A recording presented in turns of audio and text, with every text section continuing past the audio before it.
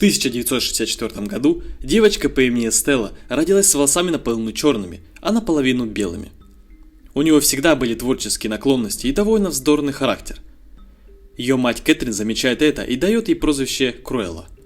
После Кэтрин отдает Эстеллу в частную школу, где она обещает вести себя очень хорошо. Однако другие дети насмехаются над ней из-за ее цвета волос. Ее единственная подруга – девочки по имени Анита, а также собака, которую она нашла и назвала Бадди. После того, как она натворила много бед за все время пребывания в школе, Эстеллу исключают. Кэтрин сокрушается в своем положении и обращается за помощью к своему работодателю, который устраивает зимний бал в своем поместье Хелман-Холл. Кэтрин также приказывает Эстелле оставаться в машине, но та выходит на минутку, чтобы просто понаблюдать за вечеринкой.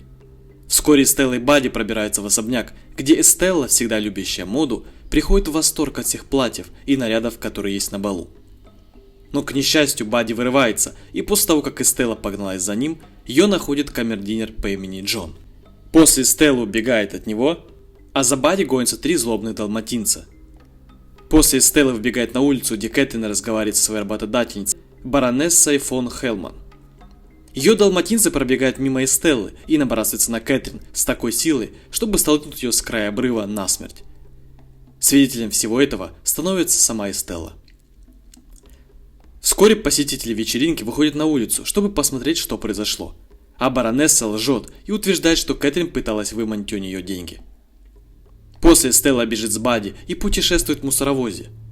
Эстелла также добирается до Риджентс-парка в Лондоне, куда она хотела пойти с своей матерью, и понимает, что ей не хватает ожерелья, которое мать дала ей, чтобы она держалась за него.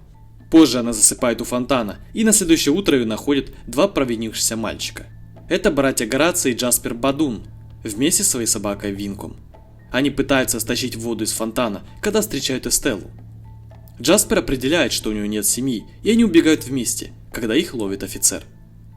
Эстелла также присоединяется к мальчикам в их убежище, и Джаспер говорит Горацию, что они должны держаться вместе. Потому что девушка может показаться невинным отвлекающим маневром для людей, которых они планируют ограбить. После Эстелла перекрашивает волосы, чтобы соответствовать их планам и стать очень неузнаваемой. Так проходит 10 лет. Эстелла продолжает совершать преступления вместе с Горацием и Джаспером, чтобы прокормить себя, плюс Бадди и Винка. Эстелла также продолжает работать над своими модными идеями. Вскоре в день рождения Эстеллы братья преподносят ей сюрприз, предложив работу в универмаге Либерти в центре города, поскольку Джаспер заметил, что она всегда наблюдала за этим местом. Эстелла, естественно, очень благодарна им. Позже она начинает работать в Либерти уборщицей на гнилого босса по имени Джеральд. Он никогда не дает Эстелле шанса представить свои идеи и обращается с ней ужасно. Вскоре Гораций и Джаспер приносят ей обед. Гораций считает, что это место можно ограбить, но Эстелла хочет работать честно, только для того, чтобы мусор, который она выносит, высыпался на нее, когда мешок разрывается. Но затем Джеральд возвращается в ее дом и велит ей убраться на ночь. В тот же вечер она крадет бутылку ликера из его офиса и идет к витрине, которую Эстелла находит очень отвратительной. Чуть позже Эстелла просыпается с похмелья у окна. Гораций, Джаспер и другие посетители видят эту картину, которую Эстелла радикально изменила, чтобы больше соответствовать своему стилю. Джеральд также видит и готовится уволить Эстеллу, пока ему не сообщают, что прибывает баронесса, владеющая этим магазином. После Эстелла прячется вместе с Горацием и Джаспером, который вытаскивает бумажник Джеральда и забирают несколько вещей. А баронесса в этот момент спрашивает, кто сделал витрину, которая ей очень нравится. Джеральд сознается и говорит, что это Эстелла. Ее, естественно, увольняют, но вместо этого она велит своему помощнику Джеффи дать Эстелле свою визитную карточку. После Эстелла убегает с бадунами, празднуя свое продвижение по карьерной лестнице. Эстелла начинает позже работать в доме баронессы, придумывая идеи и дизайн платьев. Она быстро убеждается, что баронесса – холодная и бездушная женщина. Она только критикует работу своих работодателей и имеет довольно социопатические наклонности. Например, использует бритву, чтобы отрезать рукава у платья Эстеллы. И совсем не заботится о том, чтобы случайно уколоть руку Эстеллы. Однажды после работы она заходит в магазин, которым управляет мужчина по имени Арти, который быстро подружился с Эстеллой, так как ей нравится его чувство моды. Она также замечает в витрине красное платье, шитое баронессой. В течение всего этого времени работа Эстелла показывает баронессе, что у нее действительно есть талант к моде. Однако вскоре Стелла меняет свое отношение к баронессе, когда она видит, что та носит ожерелье ее матери. Несмотря на то, что баронесса утверждает, что это семейная реликвия, она рассказывает Эстелле, что бывший работодатель пытался ее ограбить, а затем упал со скалы. После Стелла начинает испытывать чистую ненависть к баронессе. Вскоре Стелла сообщает новость Горацию и Джасперу, видя в этом возможность совершить ограбление, особенно учитывая, что баронесса собирается устроить предстоящий гала-концерт.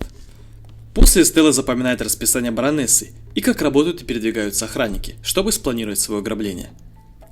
Она также узнает, что ее узнают, если она попытается присутствовать, но она знает человека, который может приехать. В ночь самого гала-концерта Гораций и Джаспер проникают в здание под видом дезинсекторов, используя Винка в качестве фальшивой крысы. Затем Джаспер пробирается к камерам наблюдения и начинает свое ограбление. Вскоре Стелла снимает парик и сохраняет свои натуральные волосы, появляется в костюме Круэллы и надевает платье баронессы, которое она видела в магазине Арти. Она ошеломляет всех присутствующих, включая обычно не впечатляющую баронессу. Анита, которая работает журналисткой и узнала Эстеллу по прическе, также смотрит и удивляется. После Эстелла подчиняет себе охранников баронессы, после чего садится рядом с ней. Когда Гораций подходит к сейфу с ожерельем, он находит его пустым, и Эстелла видит, что баронесса носит его. В тот момент, когда баронесса понимает, что Круэлла вторглась в ее дом, Джаспер запускает крыс на вечеринку, отвлекая внимание, что позволяет Эстелле выхватить ожерелье у баронессы и отдать его Бадди. Но, к несчастью, далматинцы баронессы выходят на улицу, и один из них проглатывает ожерелье, пытаясь забрать его у Бадди. Эстелла это все видит, что баронесса использует свисток для управления собаками, который она также использовала, когда умерла Кэтрин, что означает, что баронесса намеренно призвала своих собак убить Кэтрин. Но после того, как их грузовик отбуксировали, Эстелла заводит машину, чтобы уехать с бадунами и их собаками.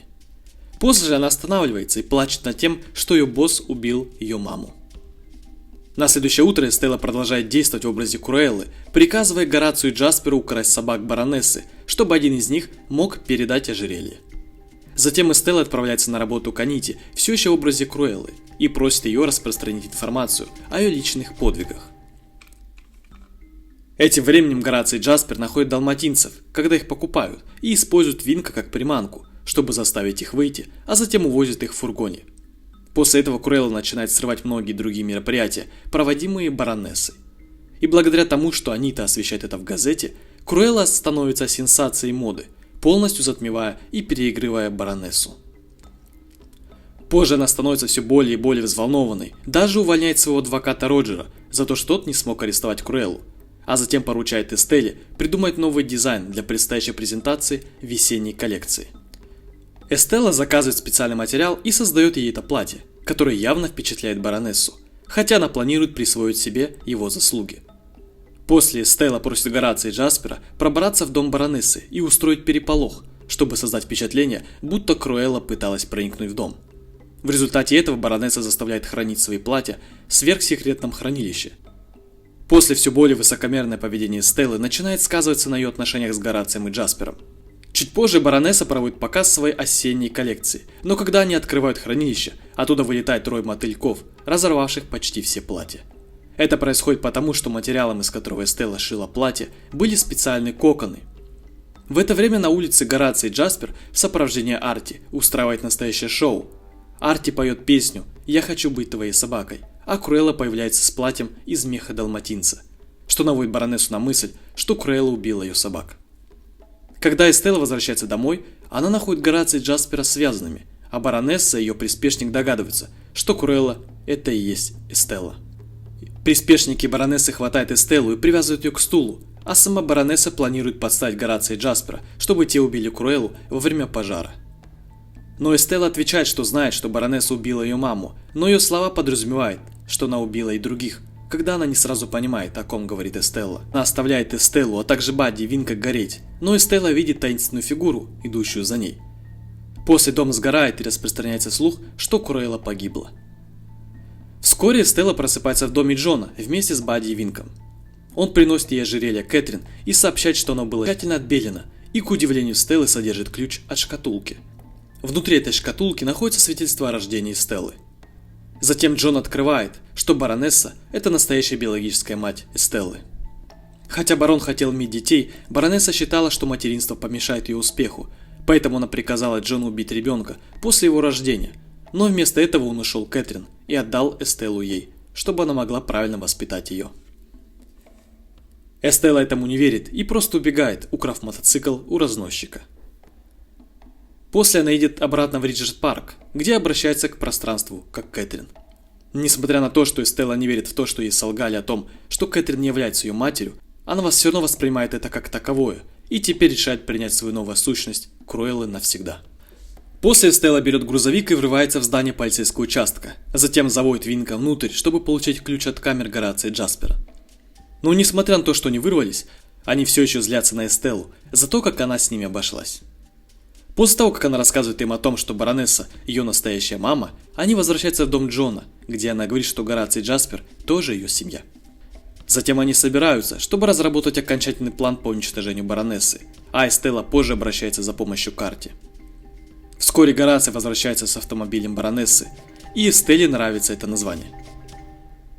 В этот вечер баронесса устраивает очередной бал, на котором все присутствующие надевают парики в честь Круэллы. Эстелла берет булавку и тычет баронессу, отвлекая ее на достаточно долгое время, чтобы взять свой собачий свисток. С его помощью она выводит далматинцев на улицу, к самому обрыву. В это время Гораций, Джаспер, Арти и Джон собирают людей, чтобы выйти на улицу. Эстелла заставляет далматинцев слушаться ее, а затем открывает баронессе, что она и есть ее дочь. Баронесса снова ставит себе в заслугу талант Эстеллы и делает вид, что хочет заняться бизнесом вместе с ней. Она подходит к ней, чтобы обнять ее, но вместо этого толкает Эстеллу за край. Это происходит на глазах у всех, как раз когда приезжает полиция, и баронесса не может этого скрыть. Но, к счастью, Эстелла подготовилась к этому и использовала парашют, чтобы остановить свое падение. После, когда баронессу арестовывают, прибывает Круэлла и снова удивляет всех. Эстелла рассказывает, что она завещала свое состояние Круэлле, зная, что баронесса попытается ее убить, и теперь ей досталось состояние ее матери. Вскоре Круэлла устраивает похороны Эстеллы, затем собирает Горация и Джаспера, а также Бадди Винка и недавно установленных далматинцев обратно в поместье. Вместе с Джоном и Арти Круэлла сообщает братьям, что у нее очень большие планы на свою жизнь. Круэлла оставляет щенка далматинца по имени Понго в доме Роджера и еще одного по имени Пердита в доме Аниты. В финале фильма Роджер, который теперь стал поэтом-песенником, начинает писать культовую тематическую песню для Круэллы. И на этом все, друзья. Поставьте, пожалуйста, лайк, подпишитесь на мой канал и напишите ваши мысли в комментарии, как вам этот фильм. Также посоветую посмотреть вам эти видео и желаю хорошего дня.